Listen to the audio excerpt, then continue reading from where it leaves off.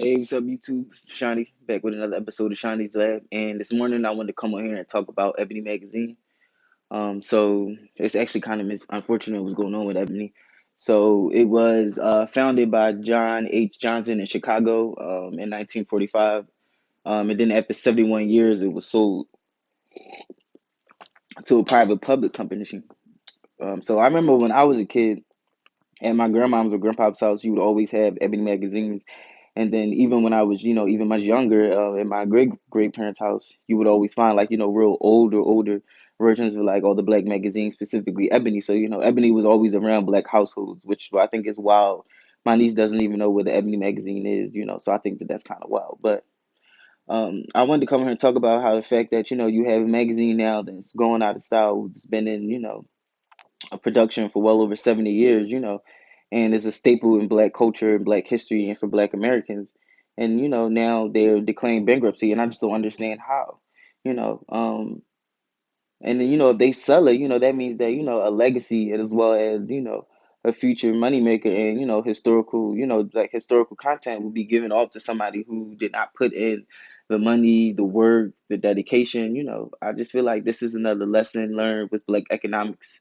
We never, we never teach our young, we never get that one or two shit, even a couple people to study under us to make sure they understand the family business so that they know, this is how you keep it going. This is how you keep it thriving. You go to your HBCUs, you send your kids there to black schools so they learn more about their black culture, their black history, so that they know what to do, with the magazine. And then with these times, I feel like there's a lot that Ebony Magazine could have done. They could be an app. They can be, a YouTube channel. Like there's a lot of great ideas that Ebony could have used in order to stay relevant. And to me, it's just really sad that I like to hear that they're filing bankruptcy. It's sad because I know that they're going to sell it. Black people always sell their creations. Like let's talk about generational wealth. Ebony magazine is something that has produced generational wealth since 1945 for the black family that has started Ebony. If you sell it, that whoever gets it, they're going to rebrand it, they're going to re-put it out, and they're going to make money off of it. I guarantee you. This is a shame. Like, where are the family members? Does not anybody in there have money to hold the business until they can rebrand and think of what to do? Like, I don't understand what's going on. How are you filing for bankruptcy? Like, what happened to Ebony magazine? Now, I do have to talk about, some of the disparaging things that Ebony magazine have done, specifically when, Cosby was going through his trial, and they had put that cover out with the broken image of the Cosby family, and a lot of people didn't, take that lightly. I remember I didn't. I was upset about it, and I had my qualms. I was like, why would this black magazine, put a picture of a broken black family on its cover like that? Like that cast, that show, that had nothing to do with the Cosby scandal. And the sad thing about the Cosby scandal is that we allow, his personal life to, outweigh all the positive contributions and all the things that he's done for black people here in America, whether it be for television, for college, for the communities, recreation centers. Like Bill Cosby has done a lot. And I just can't seem to understand how people just let that fly. And Ebony, somebody who used to have Bill Cosby on his covers all the time. They were advertised his TV shows. You remember the show Little Bill?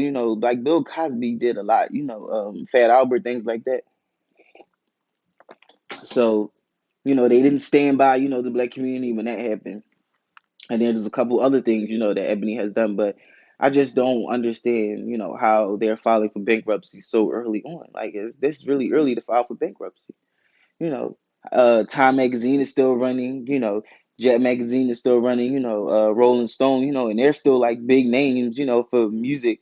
When it comes to like album reviews and stuff. And it's like how like why didn't Ebony get into that? Like I'm just confused. Like I want to go do more further research on the family. Find out if I can find out, what type of careers these people have, decided to go into, what they've done, their offspring generation. Because remember, this was started in 1945. It is a powerhouse, and it is also a historic element for black people. So I like this is really sad. It's really is sad. Like I don't understand how we got here. Like like I said, I remember having and seeing Ebony magazines in my house, in my grandparents, great grandparents' house all the time.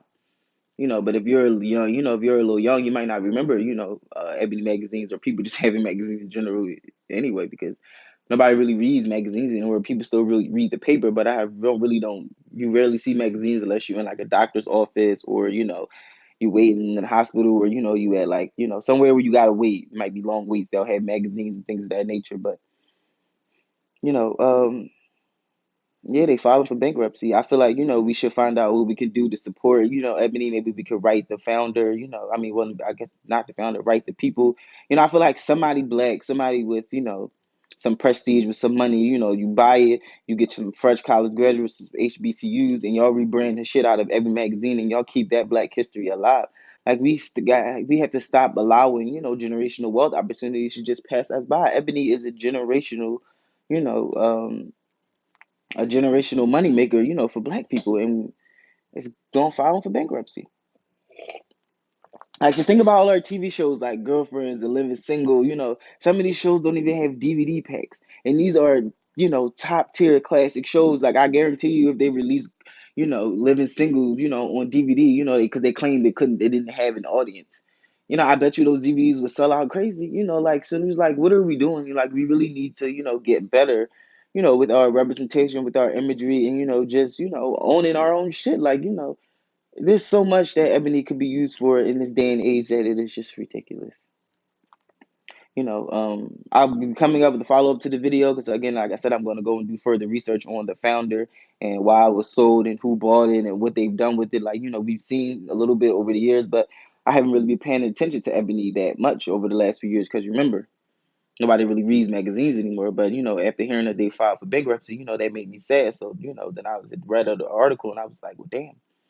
So yeah, as black people, we should find out how we can support it. Find out, what type of millionaires we can contact, to try to get them to buy it, and study the history behind Ebony magazine. Find out all the great black artists that it's put on, all the people who have not have gotten a chance. Otherwise, if it wasn't for such black publications and things like that, like you got to remember, 1945. So this is, in an era, where they weren't trying to have black representation, where you really had to fight hard. Like, we built a rich, historic, and a proud legacy here as Black Americans, as ADOS, and it would be sad, to see something like Ebony go. So, let's find out what we can do.